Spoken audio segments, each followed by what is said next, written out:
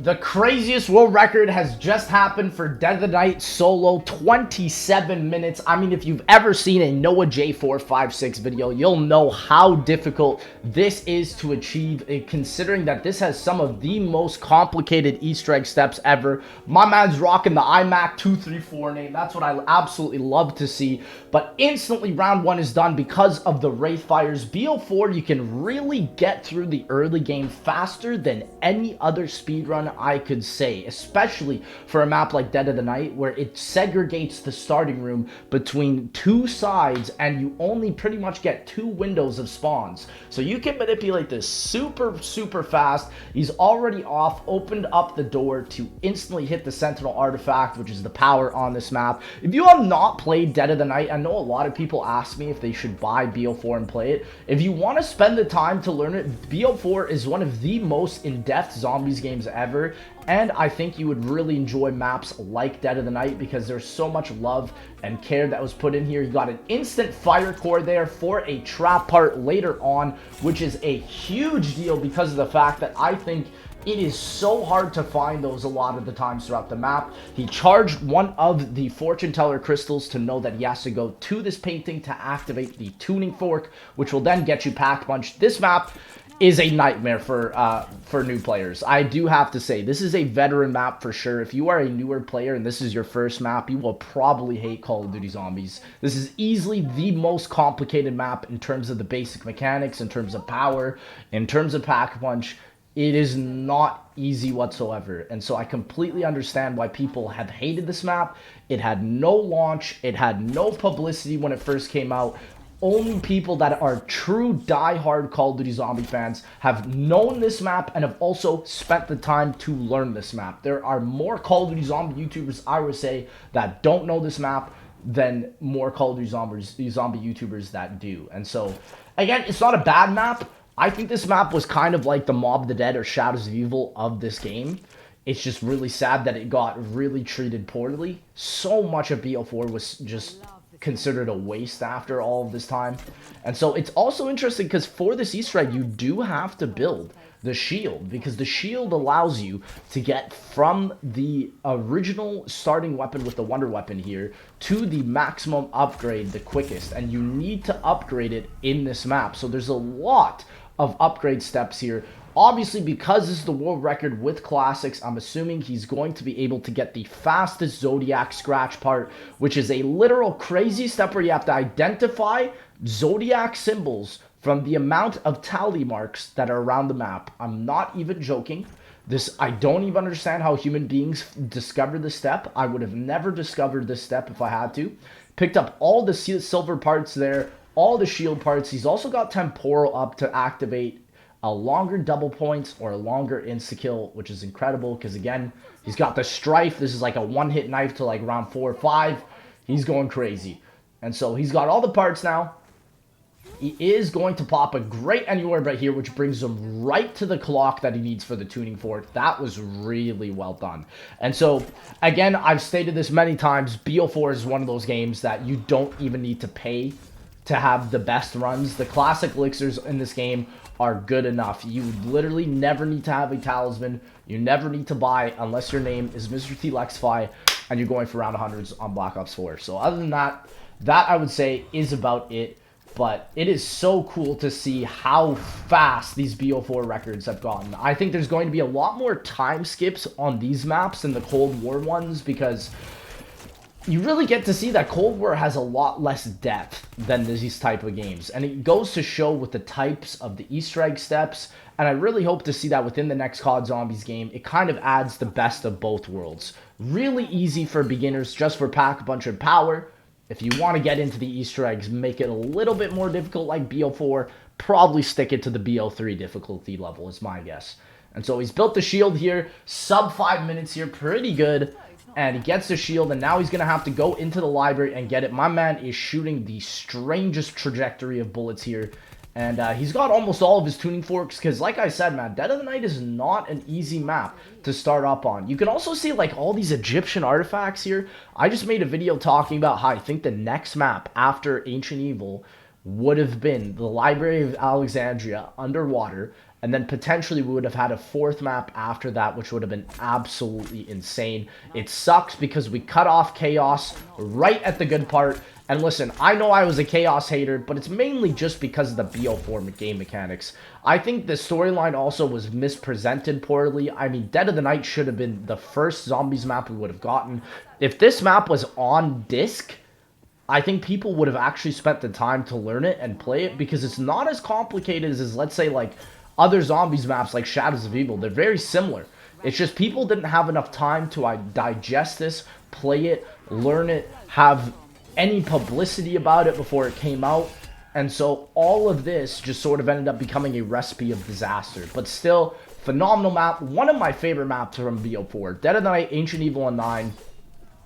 Honestly, Chaos was 3 for 4. The only map I don't give it is Voyage of Despair, because that map was just not it. It was designed to be more like the Titanic rather than to be designed like a good Zombies map. And I will always harken on that, because it's so important to realize. So finally, he gets his third and final tuning fork. He can go 2-pack bunch, pretty much sub 6 minutes here, which is really, really good. Gets every single point door that he needs to. And again, with the ultimate or the mega elixirs, or whatever they're called in this game, the paid elixirs, you absolutely can get through the entirety of the map on Dead of the Night. Dead of the Night does not have a lot of doors, even though it's a mansion map, which is really nice. The layout of this map is pretty much just a cross. It's just, you can go up, down, left, or right. And that's pretty much it, you know? And so my man gets the base version of the Alistair's Fall. He's going to use the shield also here to hit the library door, to get the shield part upgrade, and also get his symbols here with the stones. Unfortunately for this Easter egg, you have to look at each of the stones 2 times regardless. Don't know why. You can't skip it either. It literally just is a thing. So it's going to be interesting to see how he looks at all of the 3 stones again. He's got silver bullets on the Spitfire. He activates it as well. He could be using this werewolf to get the part for it with the silver bullets. He now has to do a little sequence at the top here with this statue in the middle, which is a little bit difficult, to be honest. This can take you some time, I feel like. And so it seems like he knows exactly what he's doing. I feel like there's probably like a cheat code to be able to do this really quickly. And yeah, this step is really cool. I remember when people were first solving it, it can be very, very difficult. You essentially just have to align all 3 of the lights with the mirrors that are attached to the cylindrical sort of spheres. And basically just breaks the crystal and lets the light travel from one side of the map to the other side where the telescope is, where then he's going to be doing the Zodiac scratch symbol on. I mean, the Easter egg is not too complicated in terms of the plot of it, but in terms of the execution, it's crazy, because he's already doing Zodiac scratch here. He's got one at Trophy Room while he's doing the crystal, which is perfect timing for this world record. The timing here is really, really nice. I mean, he got a great, because they can also be in random rooms. You have to realize that. It might not have spawned there. And so his first one is Trophy Room. He also now has another one at the main hall. Or maybe he doesn't. I think he didn't see one. He definitely has one in Wine Cellar, though. Wine Cellar, I feel like you get this one all the time. He has to come down here either way for the crystal. And the steps on this map are really cool. Like, there's literally a step where you go to hell. I mean, that's... Why? Why is that a thing in a Call of Duty game? We don't know. They hate us, though. Okay, and so he's got another one here on Dining Room. I feel like he's gotten all the symbols already. It's crazy that he's able to do it this fast. The rate of speed that people are able to do these complicated steps, like for Dead of the Night, Attack of the Radioactive Thing, is insane. So he's inputting his Zodiacs here, which is insane that he's able to do it this fast. And there you go. I think the last 2... where, what was it, Capra? I don't even know. I'm not even going to pretend to know like I know Zodiac signs. So once he's done that, the telescope lines up. He's throwing the Wraithfire here. He has to hold the activate button down and then melee this with the shield to keep it in a certain spot, which is fine. Once that is done now, he's going to be fully upgrading his Alistair's Annihilator and using the electric shield to hit the telescope, which is amazing, because the idea of this map is like you like literally blow up the moon. You know, like, that's kind of what you're doing with the telescope here, which is, it's cool. It's cool. I mean, not really blowing up the moon, but you're blowing up the clouds that obscure the moon. So the moon can be seen on the map because, you know, this is like the Dracula map in Zombies. Really cool idea for a Zombies map. I wish we could see more of this stuff. Again, I know a lot of people were upset with these maps because of the BO4 system, because of the lack of Primus or Ultimus. I agree with those claims, you know. I know that's what makes these unfair, but I mean, we got to be happy with what we got, because honestly, the more and more I think about this, I don't think we'll be able to be seeing this type of beauty within the Chaos storyline ever again, right? And so now he's doing his lockdown here. There's 3 stone lockdowns, and so he's instantly doing one of the stones. It's interesting how he's doing this Easter egg. He's doing each of the sides, right? So there's 3 sides that you do, and on the 4th side, you go to the boss fight. And so the map is just really, honestly, the Easter egg is well constructed in terms of the plot. It's mainly just the steps, because the lockdowns are pretty fun. The idea of the Easter egg is really fun. Just makes you wonder, like, what were they trying to go for, you know, with the future of this? I really believe they cut Chaos right at the good part, right? And so now he's done this lockdown. Sub 11 minutes is insane to be done.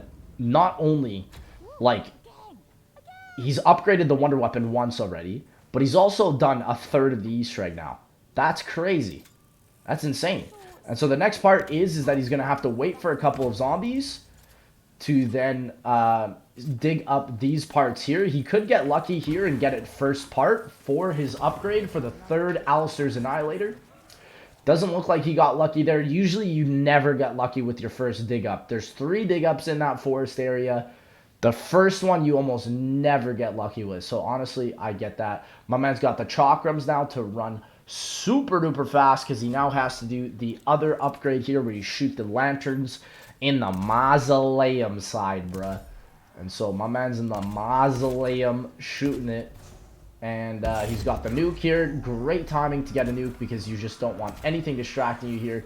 He gets all of the blood needed here, and he's also going to get each of the branches for the effigy step, which is cool, and spawn in this awful red Dracula vampire. I can't stand these guys. Cannot stand these guys. They're absolutely awful. What makes them so bad is that when they hit you, they keep you at that health that you're at. And they give you, like, bleed effect, basically, from Elden Ring. Which, I don't know why. Treyarch, like, this, why? Why, I'll never understand when they make the zombies, or the enemies in zombies, more overpowered than the player. And the player is just like, man, I wish I could do that, you know?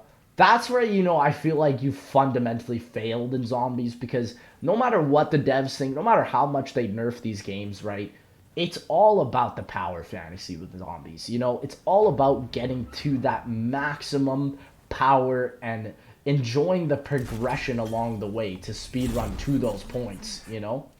And so my man has now gotten Death Perception. It is so crazy how much Death Perception has recently made a comeback now into being from one of the worst perks on BO4 to literally, I'm seeing it in every single speedrun world record. It is insane. And so he's also got Secret Sauce on his Odin modifier perk. Interesting what he's going to be running for that. Death Perception also, I guess, is good for speedruns because it shows you where the zombies spawn. Which, I mean, for speedrunners, but for casuals, I mean, I still don't see anybody running this. And so, yeah, he's going to have to put in a couple of those things, and now he has finally gotten the Alistair's Annihilator, sub 14 minutes. Don't even talk to me. That is absolutely disgusting for getting a 3-tier upgrade Wonder Weapon. Bro. Like, that's insane. And so here, he does the blue fire step now, where he has to melee a bunch of fireplaces with the shield here, which is interesting. He's throwing down that Wraith Fire also to end the round. He doesn't want his shield to break, obviously, because you'd have to restart this step. And this step is pretty fun. You get 3 crystals from this. You escort all 3 crystals to the forest, and then it's just more soul boxes pretty much after that. And so, I mean, the solve is hard, but the step is easy. And they were coming to a really good idea with these Easter eggs. It's just some of the solves for these Easter eggs also made the execution very difficult. Like, for example, with the Zodiac scratch. And I think that's why a lot of people just did not like it. Instantly did not associate. And that's basically it. And so now my man has each and every single one of the branches. It's interesting because he did the first one pretty much straight through to the stone tablet lockdown. But with these two, he's kind of doing them intermingled, you know? And so now he has to find the tomb that will put him into the ghost form, which then he can now put up the fire and go into hell. Got it on a second try, which is really good. Usually never get it first try. This animation is insane. Like, what was Treyarch thinking? Somebody was playing Outlast 2 with this, bro. Like, you'll never see something like that in a zombies map ever again, without a doubt. I wonder how, like, Treyarch even greenlit that in a zombies map. You know, maybe that's why I didn't get any promotion. For real. It was truly the dead of the night. And so now in this step, he's got the chakrams out. He needs to look for the ghost, which usually, yeah, it does spawn right here in the bathtub of master bedroom. He is escorting the ghost while doing the fire step with the fireplace. That's how perfectly these two steps coincide with the escort and then the fire. Dude, that is insane. That is insane. Oh my gosh. Dude, somebody would have literally had to have mapped the map out and figured out every single trajectory of the ghost. And then also mapped that out with the trajectory of the fireplaces to be able to have done this. This is impressive. Wow. Because now he's got all the stones. He also needs to place the stones down at the statues to get them to actually move. Because the way it works is they will follow you. But you also... You really can't, like, he's sprinting here along the side of the wall to get it to follow him across the outside of the map. Wow, that is so crazy. I've never seen that. Usually you can't sprint because then these crystals won't be able to follow you, but they can go through the walls. I never knew that. Wow. This is insane gameplay. I've usually never realized that they can go through the wall. So he's escorting 2 crystals while doing the ghost here. This is insane. Wow. Not only did he have an incredibly fast Zodiac scratch part for the Easter egg, he literally is doing the crystal and the ghost at the same time. This is mind-blowing because, yeah, the last fireplace step that he needs to do is literally right over here. And he's also picking up all the fire gate energy cores, which is a part that allows you to even use the trap, right? And he's placing them all down at different areas, so he has to have picked up all 3 of them. Oh my gosh, this is insane. And then, yeah, he has to stay here and do a lockdown. And so he'll be able to do this. This is insane that this has been able to be done in sub 30 minutes. Because easily, this is usually an hour-long Easter egg. Because of the BO4 system, because of the setup. But my man's running the meta guns. Spitfire with that quad burst. I mean, Spitfire is easily the best weapon in the game now. Alistair's Annihilator. I mean, they were cooking. They were cooking with this meta, but also they weren't because it never changed. At least in Black Ops Cold War, the meta changed. Even though I know most people still run the Gallo. I mean, the M16 is great. The AMP dual wields are really good. They added a lot of really, really strong weapons. And BO4 was just Mog and Spitfire, right? Then they nerfed the Mog, and then it was just Spitfire. And now it's just a Spitfire, you know? So, I mean, it is the way it is with these older maps. My man is also now just trying to end the round here with the chakrams. It is so cool how most of these specialist weapons all help out with the speed run just because of the movement effect. Zombies are so unique, man. I mean, BO4, if nothing else, showed you how unique these games could have ended up being, right? It ended up being too complicated for the common player, but if you know how the Easter egg step works and you know how the Easter egg works, the level of depth was truly something that is missing from Cold War, you know? So my man is doing the lockdowns. He's doing the best that he can here. He's probably going to try and get the level 3 upgrade specialist because for the boss fight, you actually are going to be required to use the specialist weapon a lot. And I believe on the original version where you don't have to use classics, you can pretty much cheese that boss fight and just spawn your specialist weapon and all your ammo and all that. But, yeah.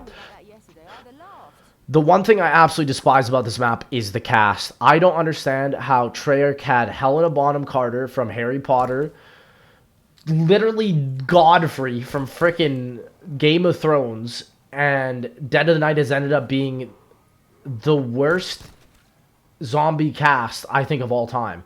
I really think that this cast is the worst. I don't even know the original names of the 4 here. This was supposed to be the prequel of Chaos, but we didn't even understand the Chaos crew at the time, you know? Insane what they were trying to pull off. So, either way, my man's got all of the crystals here. Bring them up. Sub 21 minutes. That is the boss fight arena here. You can see that he's done 2 out of the 3 stone tablets as well. And he now has to do the 3rd one where he brings all the crystals here. And it's pretty much just soul boxes with each of the knights from this point forward.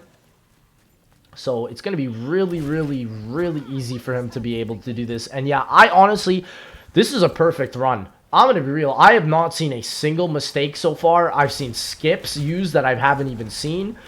I don't even think a sub 27 minute will be possible in Dead of the Night. Like, this is a sub 28 minute map at best. And take it or leave it, this is the best that you can get. Maybe unless you get a faster boss fight here. But dude, even the boss fight is crazy because it's a big version of the werewolf that goes invisible.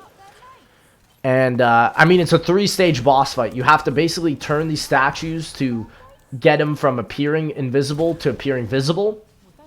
And then use the specialist weapon and the Helion Salvo to just absolutely take him out. And so it's interesting also that he's not going to spin for Helion Salvo here. He did whip out that specialist weapon, which is a great idea because what that does is it allows all those zombies to respawn, but it's still counted for the souls for this staff, or for these knights, which is so cool. This step was really cool, to be honest. You get all the knights in the middle here. They make sort of like a triangle, and then the triangle itself forms the triangular stone for the boss fight arena. They were cooking, man. Some of these ideas were original. You know, it just sucks it was on the Black Ops 4 system, man. It really, really does. Really does. It's so sad to see, like, how much that system has absolutely ruined this game. And so, once you take out the werewolf here, you now get the lockdown. My man is going to be able to instantly upgrade his level 2 specialist weapon now here, pretty much. He now also has a fully upgraded Spitfire. And yeah, maybe the fully upgraded Spitfire with that quad rapid fire burst attachment, or whatever the heck it is, that quad fire I think it's called. My gosh, you're probably just gonna melt the boss. It probably is the best weapon against the boss, and it's a freaking wall weapon. Like, the balancing is insane, bro. I can't even wrap my head around that, bro. That's insane. But still, yeah, again, using the specialist here is a great one. It's interesting also how each Chaos map has a different specialist weapon that's used. For this one, you need speed and to take out the zombies outside of the map a lot, so the Chakram is probably the best bet for that. Usually, I never see the Scepter of Ra outside of a co-op game, though, you know. And despite the idea behind the specialist weapons, I think that, you know, it was cool to be able to have them. That ice zombie is straight up invisible, bro. What the heck? But yeah, getting them off spawn was just too overpowered, no matter what you say. Is he also just gonna go into the fight without his Danu and Odin perk? I mean, he is. Why even run it at this point? You know? And I mean, I guess maybe the fastest way also to be able to do this step, maybe it might have benefited here to be a little bit higher up in the rounds, maybe round 15-ish. Don't know how he would have been able to cycle through the rounds, though, on this map, because BO4 has a very strange spawn system as well. Sometimes the zombies will spawn in front of you in this game. Unlike any other game, like, they'll sort of remotely path to where the zombies will think that you're going. So it's very interesting. He has now finished the lockdown step. He's got the chakrams now. He's not even going for the max ammo. He's going right into boss. He said no Danu, no Odin. Sub 25-minute entry into the boss fight. This is illegal. This is just legal, man. Illegal. He's got brain rot on it as well. He's got about 200 bullets in the reserve. I believe he is also running stock options, so that could be big here. Also, I'm pretty sure you can skip this cutscene in Chaos. In BO4, you can skip cutscenes, but maybe I'm wrong. I mean, this is like a 2-second cutscene, so whatever. And now here, yeah, he is running stock option here, exactly like I was saying. Pretty cool that, I mean, temporal and equipment were used in the early parts of the game, and anywhere but here as well. And now stock option is mainly just used for the boss fight. Grabs the Carpenter to fill up his shield meter, which is perfect. Obviously, he's got all 3 of the lights. He needs to stand in this tile to get him here. And immediately, like what I thought, Spitfire is up, which is crazy. It is also unfortunate, though, that he doesn't have all 4 perks for the little speed cola boost that you get on BO4. He does have the dual-wield mag, though, for Spitfire, so it's like fast mags on BO3. Probably doesn't even need speed cola in this game. I mean, this game was really trying to go into like more of a strategic route for Call of Duty Zombies, which I know a lot of people didn't like. I know I dislike playing this game, for example, and I get the Helion salvo right, and then I'm not running PhD, and then it's like, well, do I have to just restart my entire game to get PhD? You know, perks should never be limiting like that. They should be accessible, contribute to the like power fantasy within inside the game, that you get all of the power that you physically can. And I mean, that's just the way it goes, you know. And it's crazy that he actually got through phase 1 with 1 wolf as well. Usually it takes 2 wolves, but the Spitfire with the quad fire attachment is that powerful that it only took 1. Because he's on phase 2 already, where he has to take out the werewolves here, because the statues aren't giving off the green light. Wow, that is so crazy. I would have never expected the Spitfire to be that fast. There's not even double tap on this game either. Could you imagine if this thing had double tap? It would just fire like bzz. That would be it. It would be bzz. It'd be like the, what is it, the Spitfire in BO2. So, I mean, they are pretty much the same gun, right? So, here it is. He's on the final phase now, which is literally going to be done in less than a minute here. This whole Easter egg world record is going to be done so fast. Spins all 3 of the lights. Again, they can be a little bit finicky. It doesn't matter how you look when you turn them. You just have to hold X and hope they turn green eventually, man. That's probably the best way. So here he's spamming in the Annihilator also to get rid of the zombies, and the Spitfire's up. It's crazy that his specialist weapon is not even level 3. The Spitfire was the answer the whole time. With 1 clip, the final boss on the final phase is dead. And once cutscene starts, he gets the 27-22 record. Wow. Incredible job, Flindex. I know that Freckleston also got an insane world record. But ladies and gentlemen, that is the Dead of the Night world record. I did hope you guys enjoy. If you did, please make sure to like, comment, subscribe, and I'll see ya in that next one, baby.